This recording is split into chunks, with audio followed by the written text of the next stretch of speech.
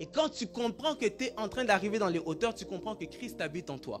Quand tu comprends que Christ habite en toi, tu ne cherches plus seulement que Dieu parle, mais tu sais qu'en parlant, tu peux provoquer le mouvement de l'esprit. C'est là que je vous ai expliqué au début que ce que vous lirez sur la terre sera lié dans le ciel. Et je l'emmène encore plus loin. La Bible dit dans Ésaïe 1, verset 2, « Cieux, écoutez, terre prête oreille. » Ça veut dire que tout ce qui a été créé par la parole a le devoir d'écouter. Mais seulement ceux qui ont été créés des mains de Dieu ont la capacité de parler. Ça veut dire que Dieu t'a donné à toi non pas seulement la possibilité d'écouter, mais de parler aussi à la création. En d'autres termes, j'aimerais te dire que dis seulement un mot que parfois tu attends que Jésus dise. Jésus dit, utilise le Saint-Esprit qui est en toi pour parler. Alors nous sommes dans le livre de Matthieu. Oh, j'ai oublié la sœur Aline. C'est une forte prédicatrice vraiment. J'ai été touché par son message. Alors Matthieu 8, le verset 8. La Bible dit, le centenier répondit, Seigneur, je ne suis pas digne que tu entres sous mon toit, mais dis seulement un mot et mon serviteur sera guéri. Je vais le relire. Le centenier répondit, Seigneur, je ne suis pas digne que tu entres sous mon toit, mais dis seulement un mot et mon serviteur sera guéri. Alléluia. On va lire un autre verset. Je suis dans Apocalypse. Apocalypse chapitre 4, le premier verset.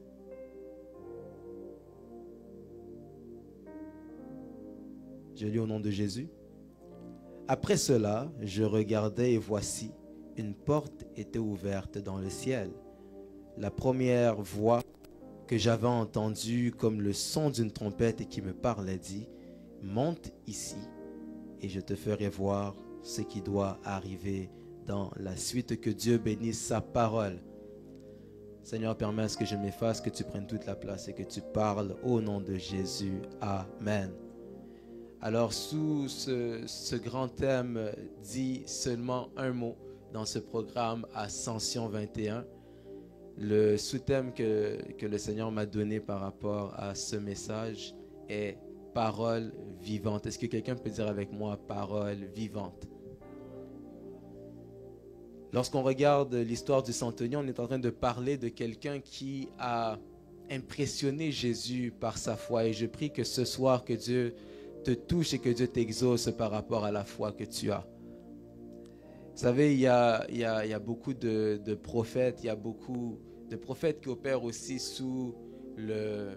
dans les dons du Saint-Esprit, mais il n'y a pas beaucoup de prophètes qui enseignent et qui enseignent selon le ministère prophétique. Donc, en d'autres termes, il y a beaucoup de prophètes qui manifestent la puissance, mais c'est comme s'il y en a peu qui prennent le temps aussi de faire des enseignements prophétiques. Et ce soir, je suis venu aider quelqu'un à entrer dans une autre dimension, aider quelqu'un à prendre de la hauteur. Quelqu'un peut dire de la hauteur. Vous savez, pour réussir dans toutes choses que nous voulons faire, que ce soit et surtout dans les environnements dans lesquels nous sommes, c'est important d'avoir la puissance nécessaire pour pouvoir fonctionner dans l'environnement dans lequel nous nous trouvons, parce qu'il y a différents types de principautés qui règnent, mais je crois que l'esprit au-dessus de tous les esprits, c'est le Saint-Esprit, et c'est par lui que nous faisons toutes choses, c'est par lui que nous disons toutes choses. Quelqu'un peut me donner un amen? Et donc, même quand ça vient à entrer dans l'épanouissement, que ce soit un épanouissement spirituel, physique, économique, moral, tout ça est lié à la destinée prophétique d'une personne, d'une église, d'un peuple, ou même parfois d'un groupe. En d'autres termes, lorsqu'on veut aspirer à faire des grandes choses, on doit toujours se rappeler de la portée prophétique de la destinée que nous avons.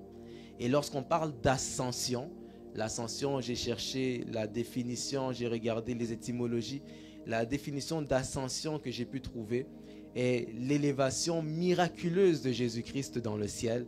C'est une fête qui commémore ce miracle. Donc vous allez voir que lorsqu'on parle de la Pâque, on parle de cette période, la deuxième Pâque, on parle de la période où Jésus est mort comme étant l'agneau immolé. Et à sa résurrection, après sa résurrection, il passe plusieurs jours avec les disciples avant de passer par ce qu'on appelle l'ascension. Et c'est là que lorsqu'il est monté au ciel, on appelle ça l'ascension. Donc lorsqu'on parle d'ascension, on parle d'une action qui nous fait monter. Quelqu'un peut dire monter. Et l'étymologie du mot ascension, on dit que ascension est un mot emprunté du latin ascensio, ce qui signifie action de monter, ou le dérivé de ascensum, supin de ascendere, monter. En d'autres termes, vous allez voir que le mot ascension, qui vient de ascensio, ressemble beaucoup à un autre terme qu'on voit communément partout où on peut aller dans des buildings, c'est-à-dire ascenseur, pour montrer que ascension fait vraiment référence au fait de monter. Quelqu'un me suit? Et pour vivre l'ascension, pour monter, la première chose qu'il faut, c'est la foi. Le centenier dit, en disant seulement un mot, je sais que mon serviteur peut recevoir sa guérison. Il est en train de dire que, parce qu'il dit, j'ai des gens qui sont aussi à mon service. J'exerce aussi une certaine autorité, peut-être pas comme la tienne, mais j'exerce aussi une autorité qui fait en sorte que si je dis à quelqu'un pas, va, il va. Si je lui dis viens, il vient. Et je crois que si moi, être humain et petit comme je suis, en donnant des ordres à ceux qui sont à mon service, ils vont obéir. Je crois que si toi, tu dis un mot, sans ajouter d'autres choses, ce que tu dis arrivera. Et donc, on comprend que lorsque le centenier est en train de s'adresser à Jésus, Jésus est impressionné par sa foi, parce que ce centenier est en train de montrer non pas qu'il a la foi, pas non qu'il croit, mais qu'il a la foi. Lorsqu'on parle de croire, croire c'est penser que. Mais lorsqu'on parle d'avoir la foi c'est savoir que. Lorsqu'on parle de croire, lorsque tu crois en quelque chose, c'est que tu penses que c'est possible. Mais lorsqu'on parle d'avoir la foi en quelque chose, c'est que tu sais que c'est déjà fait, mais tu ne le vois pas encore. Est-ce que quelqu'un comprend la différence? Et donc, lorsqu'on parle maintenant du prophétique, le prophétique fonctionne dans la foi ou avec la foi, parce que le prophétique ne fait pas que dire ce qu'il voit, mais le prophétique fait en sorte qu'il peut voir ce qu'il dit. Celui qui opère dans une dimension prophétique ne dit pas seulement ce qu'il voit, mais il peut commencer à voir ce qu'il dit. En d'autres termes, tu n'es pas obligé de commencer à voir la guérison pour dire que je suis guéri. Mais avant même de voir la guérison, tu dis que tu es guéri parce qu'en le sortant de ta bouche, tes paroles vont produire la guérison. Il y a des choses qu'on doit apprendre à, j'appelle ça, être des provocateurs du mouvement de l'esprit. Beaucoup de personnes sont provoquées par le mouvement de l'esprit, mais nous devons aspirer à devenir des provocateurs du mouvement de l'esprit. Il y a des moments où on attend que Dieu dise, mais il y a des moments aussi où Dieu attend que toi tu parles. Voici pourquoi la Bible déclare que, comment on dit ça encore? On dit dans Matthieu 18, verset 18, on dit que ce que vous lirez sur la terre sera lié dans le ciel. Il y a des choses qui vont commencer ici-bas sur la terre avant de commencer à se manifester dans le monde spirituel. Lorsqu'on parle du prophétique, vous allez voir que devant le mot prophétique, il y a le préfixe pro. Quelqu'un peut dire pro. Lorsqu'on parle du préfixe pro, la majorité des mots qui commencent par pro font toujours attrait à ce qui est à venir. Voilà pourquoi quand on parle de projet, quand on parle de prochain, on parle de choses qui sont à venir. Et donc le prophétique, c'est le fait de mentionner des choses, de parler de choses qui sont à venir. Et le prophétique, c'est le langage de Dieu. Alors qu'on parle de dire un mot, il faut comprendre que le prophétique, c'est le langage de Dieu. Mais il y a une chose à comprendre avec le langage de Dieu, c'est que Dieu n'est pas humain. Et puisque Dieu n'est pas humain, Dieu ne parle pas comme un humain. Est-ce que quelqu'un comprend un peu? Je vais l'expliquer. La Bible dit qu'il parle à Jérémie et il dit à Jérémie, que vois-tu? Jérémie dit une branche d'amandier et il dit, tu as bien vu, d'où j'ouvre une parenthèse, c'est bien de voir, mais c'est important de bien voir. Beaucoup de personnes voient, mais ne voient pas bien. Et avec les yeux ouverts, avec l'esprit, c'est important aussi d'avoir la connaissance. Parfois, on a l'impression que le Saint-Esprit va venir, j'aime souvent dire, c'est comme si le Saint-Esprit va nous faire tricher. En d'autres termes, tu ne connais pas tel drapeau, tu vas dire que non, le Saint-Esprit te dira. C'est vrai. Mais en même temps, c'est important d'avoir une certaine connaissance parce que tu peux faire une vision où le Saint-Esprit te montre un drapeau bleu, blanc, rouge. Dès que tu vois le drapeau, tu dis que non, ça c'est le drapeau de la France. Alors qu'il y a d'autres pays comme les Pays-Bas aussi qui ont des drapeaux bleu, blanc, rouge. Quelqu'un comprend un peu? Les États-Unis aussi, c'est bleu, blanc, rouge. Il faut non pas seulement être en mesure de voir, mais il faut être en mesure de comprendre aussi ce que nous voyons. Voilà pourquoi quand il dit à Jérémie, tu as bien vu, c'est parce que non seulement Jérémie avait su discerner que c'était une branche, mais Jérémie était capable de discerner même le type de branche que c'était. Est-ce qu'on comprend? Donc la foi ne se dit pas, la foi se vit. Lorsqu'on parle du prophétique, c'est le fait de se dire qu'on va commencer à parler sur des choses que nous savons qui vont arriver. On commence à parler sur des choses qu'on veut voir arriver. Tu ne vois pas ces miracles encore, mais tu parles comme si ces miracles étaient déjà là. Quelqu'un peut dire la foi dans la prophétie. Il y a des moments où on doit apprendre à devenir prophétique. On doit déclarer des choses sur nos vies. On ne doit pas toujours attendre que les prophètes arrivent et commencent à donner des prophéties. Mais il faut que nous-mêmes, là où nous sommes, que nous soyons capables de se dire, je me lève le matin et je déclare sur ma vie. Je me lève ce matin et je déclare qu'aujourd'hui sera une journée de paix. Je me lève le matin et je déclare que cette journée sera une journée de réussite. Je me lève le matin et je déclare que toute arme forgée contre moi sera nulle et sans effet. On doit apprendre à commencer nos journées aussi en déclarant. On doit apprendre à parler sur les situations qui ne changent pas.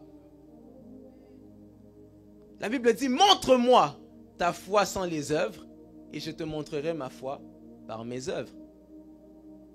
La foi te fait voir les choses comme Dieu les voit et non pas comme le monde te le montre.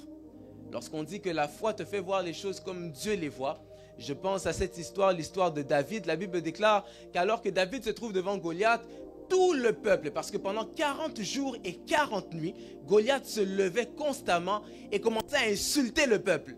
Mais un jour, alors qu'il est au service de son père, David arrive et va dire, mais qu'est-ce qui se passe ici? Et les gens disent que non, il y a le géant Goliath qui est en train de nous insulter. Et David, alors qu'on lui parle de Goliath le géant, va dire, mais qui est cet incirconcis? La question que je me suis posée, mais c'est David, comment tu peux savoir qu'il est incirconcis alors qu'il est habillé? Et c'est là que j'ai compris que spirituellement, David avait vu Goliath avec les yeux de Dieu parce que tout celui qui ne faisait pas partie de l'alliance d'Abraham était incirconcis. Quelqu'un comprend? Voilà pourquoi quand il se présente devant Goliath, Goliath va dire, mais est-ce que je suis un chien pour que tu viennes devant moi avec des pierres et un bâton? En fait, non, Goliath n'était pas un chien, mais c'était un enfant de 7 jours et moins. Parce que pour pouvoir faire l'alliance, pour entrer dans l'alliance d'Abraham, il fallait qu'à partir du 8e jour, que l'enfant soit circoncis. Et comme David savait que Goliath n'était pas de cette alliance, il savait que spirituellement parlant, le Goliath, le géant qui terrassait tout le peuple, n'était qu'un enfant de 8 jours et moins. J'aimerais déclarer sur ta vie que le Goliath qui se lève constamment devant toi n'est qu'un enfant de 8 jours et moins. Lorsque tu es capable de voir les géants, les problèmes de ta vie avec les yeux de Dieu, tu es capable de comprendre pourquoi est-ce que tu n'as pas à craindre de quelque chose. Parce que tu sais que celui qui est en toi est plus grand que celui qui est dans le monde.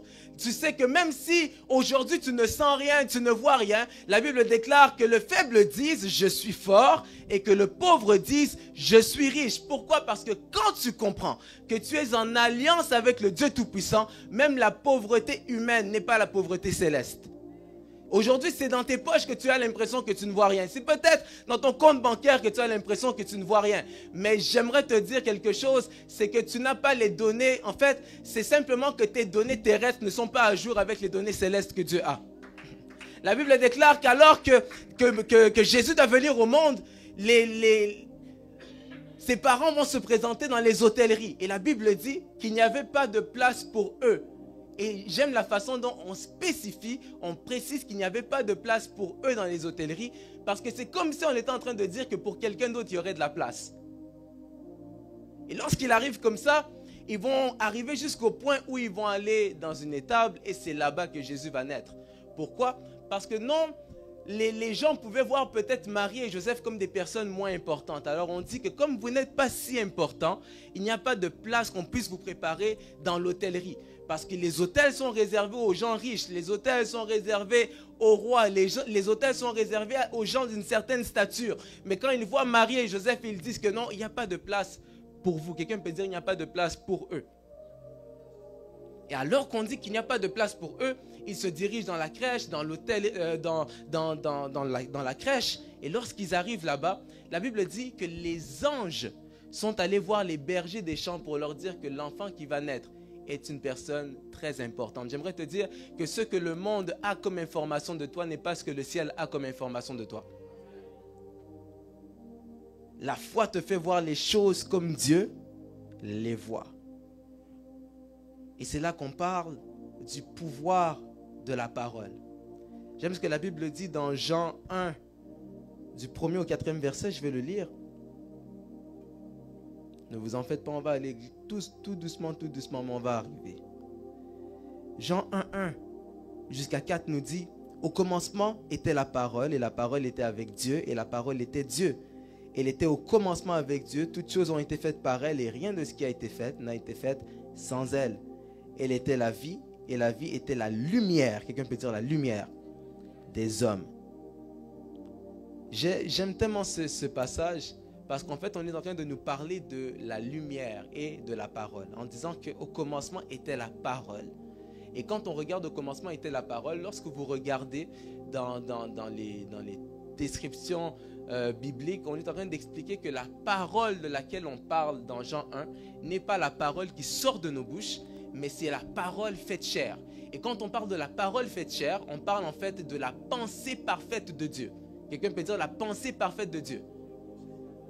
En d'autres termes, lorsqu'on dit que au commencement était la parole était avec Dieu et la parole était Dieu. Après ça, on saute, on dit même que la parole a été faite chair. En d'autres termes, c'est que la pensée parfaite de Dieu a trouvé un corps, s'est fait un corps et est venu sur la terre.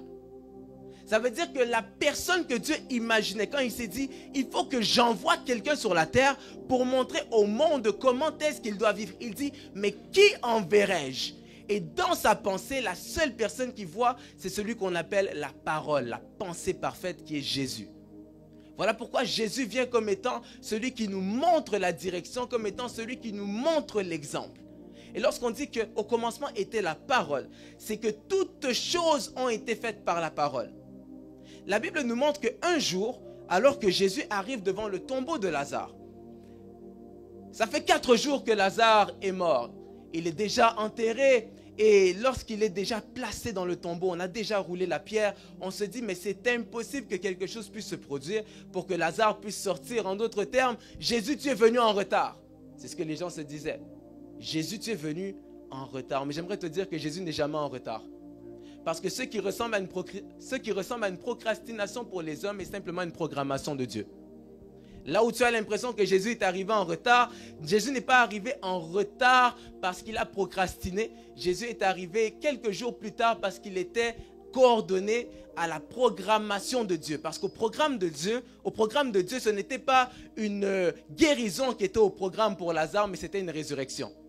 Voilà pourquoi il y a des moments où tu as l'impression que les choses tardent. Mais j'aimerais te dire, il y a des moments aussi c'est Dieu qui fait tarder tes choses. Il y a des moments où tu peux avoir l'impression que ça ralentit. J'aimerais te dire, peut-être que ça ralentit parce que c'est Dieu qui est en train de dire, par rapport à ta destinée, tu es rendu trop loin. Ralentis un peu pour être cadré et aligné au temps. Et lorsqu'il arrive devant le tombeau de Lazare, il va dire, Lazare, sors! Et la Bible dit, et le mort sortit. C'est la première fois de ma vie que j'entends dire qu'un mort a marché.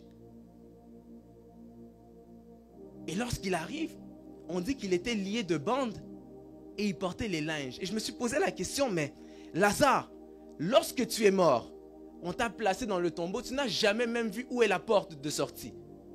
Alors comment est-ce que quand Jésus dit Lazare sort, Lazare est capable de trouver la porte qu'il n'a jamais vue alors même que ses yeux sont liés et fermés? Avez-vous déjà pensé à ça? La porte est fermée, Lazare n'a jamais vu où est la porte, mais en plus, il est lié de bandes partout. Il ne voit rien. Mais quand Jésus dit Lazare sort, il est conduit par la parole. Quelqu'un peut dire par la parole. Et la parole est également la lumière, parce qu'on dit que la parole était la lumière des hommes. En d'autres termes, quand Jésus dit à Lazare, Lazare sort, c'est comme si le psaume 119, le verset 30, ta parole est une lampe à mes pieds et une lumière sur mon sentier, s'est activé sur le chemin de Lazare pour que Lazare puisse trouver la porte de sortie, malgré le fait qu'il faisait noir et qu'il ne voyait rien. J'aimerais dire à quelqu'un que quelle que soit la noirceur dans laquelle tu te trouves, marche sur la parole de Dieu, car celui qui est conduit par la parole de Dieu finit toujours par arriver à destination. Et le mort sortit. Même si tu sentais déjà, Jésus peut changer ton parfum. En un seul mot, Jésus peut changer ton parfum. Alors que Marie est en train de verser le vase, elle est en train de prendre le vase, elle a brisé, elle a versé sur les pieds de Jésus. Elle est en train de changer le parfum parce que Jésus commençait à sentir un parfum de mort, mais elle prend un parfum qui vient d'un vase d'albâtre, elle le met sur Jésus. Elle commence à essuyer les pieds de Jésus avec ses cheveux. Et j'ai compris que Marie a trouvé une bonne stratégie parce que non seulement elle a mis un parfum d'une grande valeur sur Jésus, mais elle a commencé à porter le même parfum que lui. Parce qu'en essuyant les pieds de Jésus avec ses cheveux, c'est comme si le parfum qui était sur Jésus a commencé à venir sur elle. J'aimerais te dire que quand tu passes du temps dans la présence de Dieu, tu commences à prendre la nature de Dieu. Tout ce qui est dans la présence de Dieu prend la nature de Dieu. Voilà pourquoi Pierre n'était pas capable de vraiment s'en sortir en disant « je ne le connais pas ». Parce qu'il avait tellement passé de temps avec Jésus que les gens disaient « mais tu parles comme lui, tu penses comme lui, tu sens comme lui. Comment tu peux nous dire que tu ne le connais pas? Quand tu passes du temps avec Dieu, tu vas finir par ressembler à Dieu. » Un mot de Jésus peut changer une identité. Un mot de Jésus peut agir comme une plateforme. Alors que Pierre est sur les eaux, une autre histoire que j'aime beaucoup, alors que Pierre est sur l'eau. Ah, Saint-Esprit. Alors que Pierre est sur l'eau, même pas sur l'eau, il est d'abord dans la barque. Alors qu'il est dans la barque, la Bible dit qu'il voit, et tous les disciples voient quelqu'un qui marche sur les eaux. Et quand vous regardez un peu plus en arrière, donc un peu ce qui s'est passé avant, vous allez voir que Jésus avait multiplié les pains et les poissons. Après avoir terminé, il a renvoyé la foule et il a dit aux disciples, allez-y, je vous rejoins. Mais le problème, c'est que les disciples sont partis alors que Jésus était venu avec les disciples. Comment est-ce que Jésus devait retourner? J'aimerais te dire que quand tu passes du temps dans la présence de Dieu, Dieu se charge de te fournir un moyen de transport. Il va passer du temps dans la présence de Dieu, il termine. Quelques heures plus tard, il descend de la montagne et il marche sur les eaux parce qu'il n'a plus de barque. Donc il marche sur les eaux. Quand il arrive sur les eaux, les disciples le voient, ils pensent que c'est un fantôme. Et Jésus dit non, ne craignez pas, c'est moi. Quand tu rencontres Jésus, une des choses qu'il te dit, c'est ne crains point. Je sais que ça, c'est 3 mots. On va trouver des choses parce que Jésus a dit un mot. Mais il te dit ne crains point. Et là, Pierre va dire, Seigneur, si c'est vraiment toi, ordonne que je marche. Et Jésus dit, viens. Quelqu'un peut dire, viens. Un mot de Jésus qui a pu agir comme une plateforme. Un mot de Jésus qui est venu changer une surface qui ne te permet normalement pas de marcher, en une surface qui te permet de pouvoir avancer. Quand tu fais confiance à Jésus, quand tu te bases sur la parole de Dieu, tu peux tout par celui qui te fortifie. Et lorsque vous regardez l'histoire du centenier, la Bible dit que Jésus était impressionné par la foi du centenier et il va dire, je n'ai jamais vu une foi aussi grande en Israël. Et lorsqu'ils s'en retournèrent, le serviteur qu'ils avaient laissé malade était déjà guéri. J'aimerais dire à quelqu'un, ce n'est pas parce que Jésus ne s'est pas rendu à destination que ce qu'il dit ne s'est pas rendu à destination. Ce n'est pas parce que Jésus n'est pas entré dans la maison que sa parole n'est pas arrivée dans la maison. Ce n'est pas parce que Jésus n'est pas arrivé à destination que ce qu'il porte n'est pas arrivé à destination. Et c'est là que je vais entrer dans le message. Tu es une lettre envoyée par Dieu. La Bible dit que Jésus parle en disant « Je suis la lumière du monde » et il dit « Vous êtes la lumière du monde ». Jésus est la parole, mais nous sommes des ambassadeurs. En d'autres termes, si tel il est, tel nous sommes. De la même manière que Jésus a exercé un ministère où il représentait, ou du moins, il est Dieu sur la terre, mais il part, il nous laisse le Saint-Esprit, il nous laisse le manteau du Saint-Esprit pour œuvrer ici maintenant comme des ambassadeurs. C'est-à-dire que nous aussi, nous devenons des lettres, Jésus est une parole, mais nous devenons une lettre. Et la lettre que nous sommes est une lettre dont ta vie compose la lettre. Tu es une lettre et c'est ta vie qui compose le message de cette lettre. Et le Saint-Esprit agit maintenant comme étant le sceau, la signature sur la lettre en question. Mais la Bible dit que ma parole ne part pas pour revenir vers moi si elle n'a pas accompli ce pourquoi elle a été envoyée. J'aimerais te dire que tu ne vas pas retourner vers Dieu tant et aussi longtemps que tu n'as pas terminé de faire ce pourquoi Dieu t'a envoyé sur la terre. Tu ne quitteras pas cette terre avant ton temps. Tu ne quitteras pas cette terre avant d'avoir terminé ta mission. Parce que quand Dieu t'a envoyé sur la terre, il a envoyé un message à ta famille. Quand Dieu t'a envoyé sur la terre, il a envoyé un message à cette génération. Quand Dieu t'a envoyé sur la terre, il a envoyé un message. Mais quel est le message? Le problème, c'est qu'aujourd'hui, nos vies, les vies qu'on mène, la désobéissance qu'on a, fait en sorte que nous venons changer le message que Dieu a écrit sur la lettre. Est-ce que le message que tu véhicules par ta vie reflète encore le message que Dieu a écrit lorsqu'il t'a envoyé?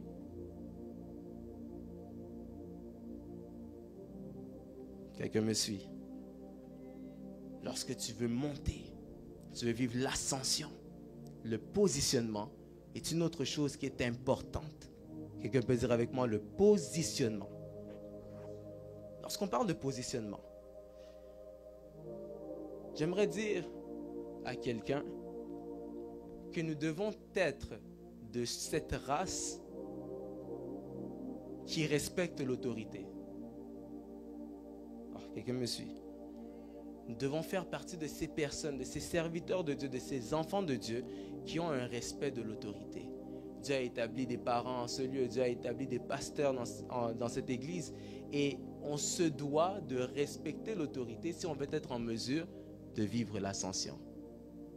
Alors dis-moi pousse et je pousse. La Bible dit que dans les derniers jours, je répandrai de mon esprit sur toute chair. Vos fils et vos filles prophétiseront. Vos jeunes gens auront des visions et vos vieillards auront des songes. Si vous regardez correctement la structure de ce que Joël est en train de dire, il n'est pas en train de s'adresser aux jeunes gens qui doivent avoir des visions et aux vieillards qui auront des songes. Il est en train de parler aux parents des jeunes gens et aux parents des vieillards. On dit que vos jeunes gens, donc quand on dit vos jeunes gens, on est en train de parler à ceux qui ont les jeunes gens. On est en train de parler aux parents. Ça veut dire qu'on a eu trop tendance à utiliser Joël 2, verset 28, comme étant un verset pour se dire que je serai rempli du Saint-Esprit, je vais œuvrer, je vais pouvoir avoir des visions, des songes, sans se rendre compte que ce message ne s'adresse pas directement à nous, mais à nos parents. Quelqu'un suit un peu? La Bible dit que heureux sont les fils de la jeunesse car ils sont comme des flèches dans le carquois. On est comme des flèches dans la main d'un guerrier. Et lorsqu'on parle du fait d'être une flèche dans la main d'un guerrier, on est en train de dire que le guerrier, c'est le guerrier qui détermine la cible que la flèche va atteindre. En d'autres termes, si tu veux aller en hauteur, tu dois accepter d'être envoyé par quelqu'un. Si tu veux aller loin, tu dois accepter d'être dans la main de quelqu'un. As-tu accepté d'être dans la main du Père? As-tu accepté d'être dans la main du Père? Lorsqu'on t'envoie, est-ce que tu pars? Lorsqu'on te demande de faire certaines choses, est-ce que tu y vas? Parfois, on a l'impression que David s'est retrouvé dans le palais royal seulement lorsque Samuel est venu verser l'huile. Alors que si vous regardez correctement, vous allez vous rendre compte que l'huile a été versée sur la tête de David dans 1 Samuel 16. Mais dans 1 Samuel 17, le père de David, Isaïe, va dire à David, va prendre la nourriture, va donner à tes frères. Alors qu'il a déjà reçu l'onction royale, le père de David, Isaïe, lui demande d'aller faire le Uber Eats. Est-ce que David a refusé? Il est parti. Aujourd'hui, le problème, on veut tous vivre l'ascension sans accepter d'être envoyé. Dites-moi pousse et je pousse. On a lu Apocalypse 4, la Bible dit, monte ici et je te ferai voir. Pause. Déjà, pour que Jean puisse monter, il fallait que Jésus dise monte. Tu veux monter? As-tu accepté l'appel? As-tu accepté d'être sur les épaules de celui qui doit te faire monter? As-tu accepté d'être dans la main de celui qui doit te faire monter? La Bible dit que alors que Élie prie pour que la pluie tombe, ce n'est pas Élie qui va aller voir si la pluie est en train de tomber. Il va envoyer son serviteur, pas une fois, pas deux, pas trois, pas quatre, pas cinq, pas six, mais 7 fois. La première fois qu'il envoie, il dit, va voir. Le serviteur dit, il n'y a rien. Élie dit, retourne. Est-ce que quand on te dit de partir, tu reviens, tu dis, il n'y a rien. Si on te demande de retourner, retourneras-tu? Et c'est à la 7e fois qu'il revient vers Élie. Il dit, je vois un nuage grand comme la paume d'une main. J'aimerais dire à quelqu'un, Dieu veut faire monter quelqu'un. Dieu veut emmener quelqu'un dans les hauteurs. Dieu veut que quelqu'un puisse vivre l'ascension. Mais Dieu demande à ce que quelqu'un puisse commencer à accepter d'être envoyé. Tu dois accepter d'être envoyé pour être en mesure de monter. Quelqu'un peut dire, Seigneur, donne-moi cette humilité. Car l'humilité précède la gloire. Et lorsque tu arrives sur le chemin vers l'ascension, la même histoire que Matthieu 8, verset 8 que nous avons lu, mais dans Luc 7, le premier verset nous dit, après avoir achevé tous ses discours devant le peuple qui l'écoutait, Jésus entra dans Capernaum. Quelqu'un peut dire après. Avoir achevé. Après avoir achevé tous ses discours, Jésus entra dans Capernaum. Capernaum veut dire ville de Naoum et veut dire ville de consolation. Le problème, c'est que dans cette ville de consolation, il y avait des gens qui ne vivaient pas les réalités de cette ville. Je ne sais pas, je n'ai jamais pensé à chercher qu'est-ce que veut dire Elmer et qu'est-ce que veut dire Gatineau. Il faut que je cherche. Maintenant, ça me monte à l'esprit. Je cherchais la définition. D'Ottawa aussi. On va savoir. Mais Capernaum veut dire ville de Naoum, ville de la consolation. Et dans cette même ville de la consolation, il y a des gens qui cherchaient à être consolés.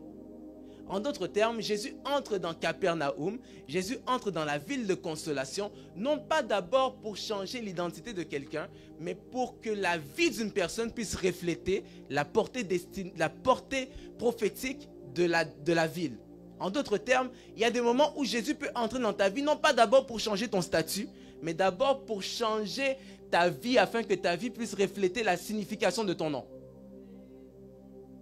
Qu'est-ce que ton nom veut dire? Aujourd'hui, j'ouvre une parenthèse, moi je n'ai pas encore un enfant par la grâce de Dieu, après mon mariage ça viendra. Mais il faut qu'on arrête de donner des noms aux enfants aussi par hasard. Suivons aussi l'exemple des parents qui ont été inspirés par le Saint-Esprit, on leur donne le nom, quel est le nom? Jonas.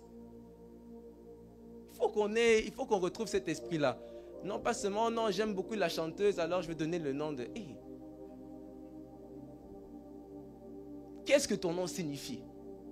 Et quand Dieu t'appelle, vous allez voir même que dans la Bible, en fait, tous ceux qui portaient un nom ne portaient pas des noms au hasard. Leur nom avait toute une signification et leur signification était reliée à leur vie. Donc quand Jésus entre dans Capernaum, il n'entre pas d'abord dans Capernaum pour venir changer les réalités des gens qui vivent dans la ville. Mais il vient d'abord entrer dans la ville pour s'assurer que les gens puissent vivre la signification du nom de la ville. En d'autres termes, Dieu veut entrer dans ta vie. Jésus veut entrer dans ta vie, non pas d'abord pour changer ton statut, mais pour changer tes réalités. Il veut d'abord s'assurer que ta réalité, que ta vie, que ton style de vie puisse refléter le nom que tu portes. Je vais le dire autrement. Jésus a d'abord été envoyé sur la terre et c'est ça que les autres religions n'ont pas compris. Ils se disent, mais comment est-ce que le Messie peut arriver? Il ne vient pas sur un cheval comme étant un roi guerrier. Mais il vient et puis il se laisse même clouer sur une croix. C'est parce qu'ils n'ont pas compris qu'avant d'être le roi qui vient comme étant le Shiloh, il vient d'abord comme étant l'agneau de Dieu qui vient ôter le péché du monde. Pourquoi? Parce que Jésus vient d'abord, non pas pour te donner la délivrance. En fait, ce que les Juifs attendaient, les Juifs attendent jusqu'aujourd'hui, ils attendent encore le Messie qui va venir les délivrer de la main du mal. Dans l'époque de la Bible, ce qui se passait, c'était que les Romains étaient en train d'assiéger le peuple.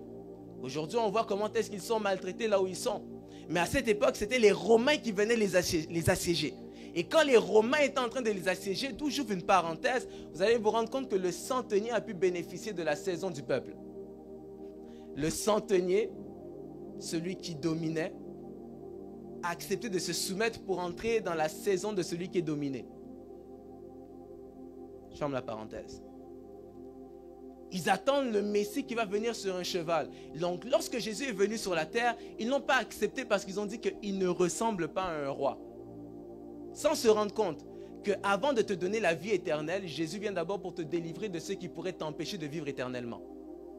Voilà pourquoi, avant de venir nous donner la vie éternelle, il vient d'abord nous libérer du péché pour que les péchés ne puissent plus avoir autant de pouvoir sur nous.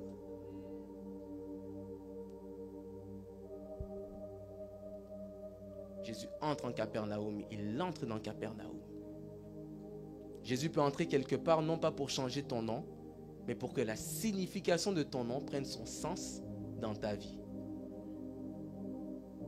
Un jour, Salomon parle et va dire, je voyais des esclaves sur des chevaux et des princes marchant à pied comme des esclaves. Et quand vous regardez ce texte qui est dans Ecclésiaste 10, la Bible est en train d'expliquer dans le fond que ce n'est pas parce que tu es à pied que tu n'es plus prince. Et ce n'est pas parce que tu es sur un cheval que tu es devenu prince. Pourquoi? Parce que la royauté ne dépend pas de ce que tu as, mais de ce que tu es. Ça veut dire que même si tu es à pied, si tu es prince, ce n'est pas le cheval qui te donne de la valeur. C'est toi qui donnes de la valeur au cheval. J'aimerais te dire, ne marche pas comme quelqu'un qui désire. Ne marche pas comme quelqu'un qui désire vivre la présence de Dieu. Marche comme quelqu'un qui vit dans la présence de Dieu. Ne marche pas comme quelqu'un qui vit, je ne sais pas, tu es là, tu te dis, non, je suis malade. Et lorsqu'on te voit marcher, on a l'impression aussi que tu es malade. Non, marche comme quelqu'un qui sait qu'il a déjà sa guérison. La Bible dit que le boiteux qui était devant le temple Label, lorsqu'il a reçu sa guérison, il n'a même pas reçu reçoit ta guérison. On lui dit que nous n'avons ni or ni argent à te donner, mais ce que nous avons, reçois-le. Et quand il le reçoit, la Bible dit qu'il a commencé il est entré dans le temple en sautant et en dansant.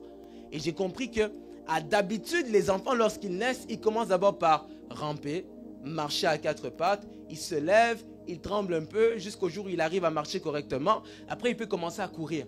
Mais cet homme boitait, il est passé de boiteux à sauteur. Je déclare sur ta vie que tu sauteras aussi. Dis seulement un mot. Quand tu dis Jésus, dis seulement un mot. Tu es en train de dire, n'ajoute même pas, ne multiplie même pas, n'essaie même pas d'arranger. Je sais que si tu dis seulement ça, ça va arriver. Mais pour être en mesure d'avoir cette assurance que si Jésus dit ça se fera, tu dois d'abord avoir la foi. C'est ta foi, qu'il te soit exaucé selon ta foi, qu'il te soit fait selon ta foi. Quel est le niveau de foi que tu as? Car j'aimerais te rappeler que Dieu donne la provision par rapport à la vision. Si tu as une petite vision, tu auras une petite provision. Si tu as une grande vision, Dieu te donnera une grande provision. Mais c'est à toi de réaliser que ce n'est pas parce qu'aujourd'hui tu ne vois rien qu'il n'y a rien. Parce qu'il y a des moments qui, comme Daniel prie, l'ange arrive après 21 jours, mais il dit que depuis le premier jour tu étais exaucé, mais ta prière était bloquée. Ce n'est pas parce que tu ne le vois pas que Jésus ne l'a pas encore fait. Il l'a fait. Mais il faut que tu aspires. Comment je peux l'expliquer? Or, la foi est une ferme assurance de ce qu'on espère et une démonstration de ce qu'on ne voit pas. Une ferme assurance. Ça veut dire que tu regardes ta main comme ça, tu te dis, non, même pas la main. Voyez les femmes enceintes. Une femme enceinte, tous les jours, elle voit son ventre grossir, grossir, grossir. Et sans jamais voir qui est à l'intérieur, elle a la ferme assurance que ce qui est à l'intérieur, c'est un enfant. Elle pourra accoucher d'un chat. Mais elle a la ferme assurance que ce qui est dans son ventre, ce qui fait grossir son ventre tous les jours, c'est un enfant. Et le jour de l'accouchement, elle va pousser pour que ce qu'elle voyait avant comme une ferme assurance puisse devenir une démonstration de ce qu'elle ne voyait pas. Tu dois être en mesure de pousser pour que ce à quoi tu croyais puisse commencer à se manifester. Mais c'est là que je vous disais que la foi ne nous fait pas beaucoup parler. La foi nous fait croire, même lorsqu'on ne dit rien. Voilà pourquoi le centenier va dire, dis seulement un mot, et je sais que mon serviteur sera guéri. Parce que lui, il sait que s'il dit à son serviteur, va me chercher de l'eau, va seulement, le va faire en sorte qu'il va revenir avec ce qu'il a demandé. Il dit, alors Jésus, je sais que si toi tu dis un mot, ça va s'accomplir. Ne cherche pas trop loin. Ne fais pas comme le malade de la piscine de Bethesda. Jésus dit, veux-tu être guéri? Il dit, Seigneur, il n'y a personne pour me jeter dans l'eau. Jésus n'a pas demandé si tu veux qu'on te jette dans l'eau. Il t'a demandé, veux-tu être guéri? Combien d'entre vous, quand Jésus te pose une question, il te dit un mot, tu lui sors une phrase? Et un mot de Dieu peut changer toute ton histoire. Et c'est par ici que je vais chuter. Un mot de Dieu peut changer toute ton histoire. Dans la généalogie de Jésus, il y avait 4 femmes, Tamar, Rahab, Ruth et Bathsheba. Lorsque vous regardez ces 4 femmes, elles viennent soit d'un peuple adultère, soit d'un peuple pécheur. Donc elles faisaient partie d'une catégorie de gens qu'on avait vus comme étant des gens dans le péché. Mais malgré leur généalogie, elles n'ont pas terminé selon la description qu'on avait donnée d'eux.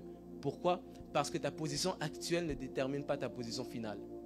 Ta situation actuelle ne déterminera pas ta situation finale. Peu importe le statut, la taille, la grandeur que tu as maintenant. Si Jésus dit un mot, il peut changer toute ton histoire. J'aime l'histoire de la femme adultère qu'on apporte devant Jésus. Et lorsqu'elle arrive devant Jésus, Jésus savait que c'était pour le piéger. Parce que si ce n'était pas un piège, on allait emmener l'homme et la femme. L'homme était où? On a emmené la femme et la Bible dit que c'était pour le piéger, pour savoir, pour essayer de le tendre un piège. Mais Jésus, connaissant leur ruse, et j'ai le droit de m'asseoir quelques secondes? Oui? Non? Oui, oui. On emmène la femme. On dit, Jésus, qu'est-ce que tu penses? La loi de Moïse dit qu'il faut la lapider. Toi, tu dis quoi? Jésus écrit sur le sol. On lui met la pression. Il continue à écrire sur le sol. On insiste. Il continue à écrire sur le sol. Quand tu sais ce que tu veux, même la pression ne te fera pas bouger. Quand tu connais Dieu, même la pression ne te fera pas bouger. Parce que normalement, c'est sous pression qu'on sait réellement ce que quelqu'un pense. Il continue à écrire. Et il dit que celui qui n'a jamais péché lance la première pierre. Je ne sais pas ce que Jésus a écrit, mais j'ai été touché par un mot. Parce que cette histoire est dans Jean 8, un chapitre après. Non, même pas dans le même chapitre. Jean 8, verset 6, la Bible dit, il disait cela pour l'éprouver afin de pouvoir l'accuser. Mais Jésus s'étant baissé, écrivait avec le doigt. Quelqu'un peut dire le doigt? Il écrivait avec le doigt sur la terre, sur le sol. En anglais, on dit on dust, la poussière.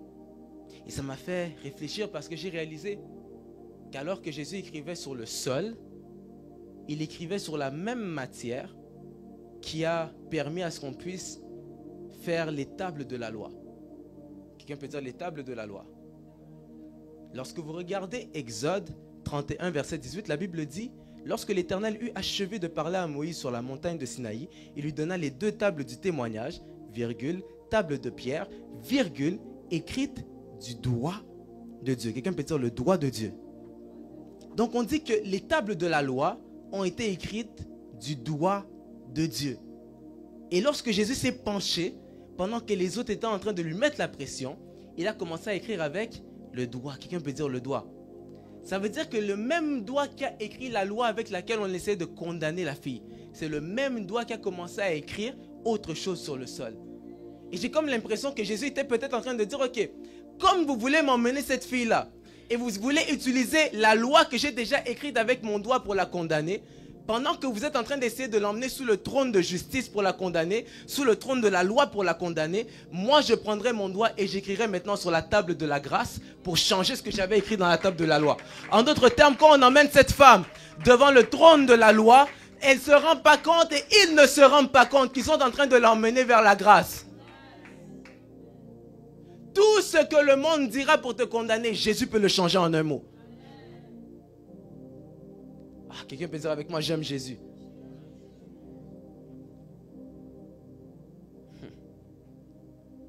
Mais pour vivre toute cette ascension-là, il faut le brisement. Parce que la première étape vers l'élévation, c'est la croix. On ne pourra jamais être élevé si on ne passe pas par la croix. La Bible dit, après avoir achevé tous ses discours, Jésus entra à Capernaum. Avant même d'aller rencontrer le centenier, avant même de se retrouver face à cette histoire, la Bible dit, après avoir achevé, il y a des choses que Dieu ne peut pas encore te donner, même si tu dis, Seigneur, dis un mot. Dieu a déjà dit, mais il te dit, avant que je puisse faire, fais. Qui comprend un peu? Il y a des choses que Dieu veut faire dans ta vie, mais le problème c'est que tu n'as pas encore bougé, tu n'as pas encore fait ce que tu devais faire, tu n'as pas encore vécu le brisement, tu n'es pas encore passé par la croix. Tu dois terminer ce que tu avais comme mission avant de pouvoir passer à une autre étape. L'ascension ne se produit pas tant qu'on n'est pas passé par la croix. Jean 12, 23 et 24, la Bible dit, Jésus leur répondit, l'heure est venue où le Fils de l'homme doit être glorifié. En vérité, je vous le dis, si le grain de blé qui est tombé en terre ne meurt, il y reste seul. S'il ne meurt, il porte beaucoup de fruits. S'il meurt, il porte beaucoup de fruits. Bon, pause, j'ai lu vite. Il dit, l'heure est venue où le Fils de l'homme doit être glorifié. Quelqu'un peut dire glorifié. Bon, on dit en vérité, je vous le dis, si le grain de blé qui est tombé en terre ne meurt. Bon, Jésus, c'est quoi le rapport entre la gloire et le grain de blé qui est tombé pour mourir? Et j'ai fini par comprendre qu'il y a un lien entre la gloire et la mort. Beaucoup de gens veulent brûler les étapes, mais j'aimerais te dire que si tu montes en brûlant les étapes, tu vas brûler par étapes. Si tu montes sans respecter les étapes, ta chute sera brutale. Il faut apprendre à aller étape par étape. La présence de Dieu était dans l'arche de l'alliance. Le peuple d'Israël était un peuple agricole. C'est comme ça qu'à chaque fois que Dieu leur parlait, il parlait toujours un peu de manière à faire référence à l'agriculture. Et quand Jésus arrive, en bon israélite, en bon juif qui se respecte, lui aussi il continue la tendance. Et il commence à parler de la gloire en expliquant le mystère du grain. Parce que le problème, c'était que comme la présence de Dieu était dans l'arche de l'alliance, Dieu voulait que chaque personne puisse vivre la présence de Dieu directement. Pourquoi je vous explique tout ça? Parce que oui, on veut que Jésus dise un mot. Mais est-ce que tu réalises que le Jésus que tu veux entendre dire un mot vit en toi? Ce jour-là, il explique que pour pouvoir maintenant vous tous vous avoir en moi, non, je recommence, il dit, il faut que le grain meure, parce que l'objectif de Dieu n'était pas que la présence de Dieu reste dans Emmanuel. La présence de Dieu ne devait pas seulement rester dans l'arche de l'alliance, mais la présence de Dieu devait se trouver dans chacun d'entre nous. Mais il dit, comment est-ce qu'on peut faire pour partager quelque chose sans la pirater? Et la seule manière, c'est par le grain. Quelqu'un peut dire le grain. Le grain se trouve dans le fruit se trouve dans l'arbre. Quelqu'un comprend un peu cette logique? Et donc, si tu vas avoir une pomme, si tu vas avoir 5 pommes, mais que tu as une pomme dans ta main, il faudrait que tu sois capable de couper la pomme en deux, prendre un pépin, le planter, attendre que l'arbre pousse pour avoir plusieurs pommes. C'est ça, non? Ça veut dire que lorsque Pierre arrive dans la chambre haute, après avoir reçu le Saint-Esprit, il sort et il est en train d'expliquer à tous ceux qui écoutent le mystère du grain qui a été enterré et qui est ressuscité. Pourquoi? Parce que pour pouvoir être en mesure de se multiplier, il fallait que le grain qui est Jésus meure, parce qu'il porte beaucoup de fruits, et en ressuscitant comme ça, les fruits allaient se départager maintenant chez chacun sans être piratés. Je vais le dire autrement. Jésus part et nous laisse le Saint-Esprit. Mais rappelez-vous qu'avant de partir, il nous dit, un jour, il dit que je suis le cep et vous êtes les sarments et sans moi, vous ne pouvez rien faire.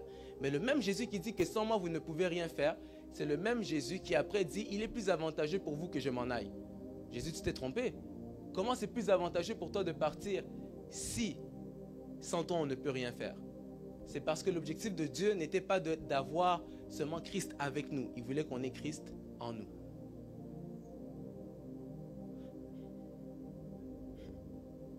Voilà pourquoi même quand tu arrives dans l'altitude, quand tu arrives dans ton ascension, tu es rendu en haut, tu dois avoir l'attitude dans l'altitude. Tu dois avoir l'attitude dans la hauteur. À quoi tu penses quand tu veux monter? À quoi tu penses quand tu es en haut? Satan a transporté Jésus. Mais Jésus n'a pas sauté, même si Satan lui a dit saute, il est écrit. Est-ce que Jésus a sauté? Non. Certains pour prouver, on sauterait. Mais vous allez vous rendre compte que celui même qui a transporté Jésus en haut ne l'a jamais fait redescendre. Ça veut dire que Dieu peut utiliser Satan pour te faire monter parce qu'il fait de tes ennemis ton marchepied. Les combats que tu vois aujourd'hui, c'est parce que Dieu est en train tranquillement de t'emmener dans les hauteurs. Et quand tu comprends que tu es en train d'arriver dans les hauteurs, tu comprends que Christ habite en toi. Quand tu comprends que Christ habite en toi, tu ne cherches plus seulement que Dieu parle, mais tu sais qu'en parlant, tu peux provoquer le mouvement de l'esprit. C'est là que je vous ai expliqué au début que ce que vous lirez sur la terre sera lié dans le ciel. Et je l'emmène encore plus loin. La Bible dit dans Ésaïe 1, verset 2, « Cieux, écoutez, terre prête oreille. » Ça veut dire que tout ce qui a été créé par la parole a le devoir d'écouter. Mais seulement ceux qui ont été créés des mains de Dieu ont la capacité de parler. Ça veut dire que Dieu t'a donné à toi non pas seulement la possibilité d'écouter, mais de parler aussi à la création. En d'autres termes, j'aimerais te dire que dis seulement un mot que parfois tu attends que Jésus dise. Jésus dit, utilise le Saint-Esprit qui est en toi pour parler. C'est comme ça que lorsqu'il prend Ézéchiel, l'emmène dans la vallée des ossements desséchés, Ézéchiel va prophétiser sur les ossements et les ossements vont commencer à se former et à former un corps. Et j'ai trouvé ça particulier parce que tous les corps, c'est un rassemblement d'ossements qui se forment et qui forment un corps. Et lorsque la chair et les nerfs reviennent, c'est là qu'on commence à voir la distinction entre chacun. Ce que je veux dire pour finir ici, Dieu t'a donné une particularité. Parfois, tu cherches des choses, tu cherches loin, mais la réponse est en toi. Tu mets tes genoux par terre, tu dis, Seigneur, parle. Dieu parlera. Mais est-ce que tu prends le temps d'écouter Dieu quand il te parle? Beaucoup, on est là, on prie. On prie même pendant 1 heure, 2 heures, 3 heures. Mais la prière, c'est un dialogue, ce n'est pas un monologue. À quel moment tu laisses Dieu te parler? Tu parles, tu termines, tu prends tes affaires et tu sors. Mais Dieu dit, mais je voulais répondre. Et après tu dis, mais Dieu ne me parle pas. Non, tu n'écoutes pas Dieu. On va prier, on va se lever. On va se lever, on va prier. Je vais laisser la prière que j'aimerais que tu puisses faire. C'est juste dire à Dieu, Seigneur, aide-moi à prendre conscience de ta présence dans ma vie. Jésus peut dire un mot, Jésus peut parler, il peut dire certaines choses. Mais est-ce que tu as la foi pour croire au un mot que Jésus a dit? Jésus dit à Pierre, viens. Pierre avance. Mais sa foi en regardant autour et il tombe. Jésus peut dire un mot. Il peut te dire, Lazare sort. Mais si tu as peur du noir, est-ce que tu avanceras?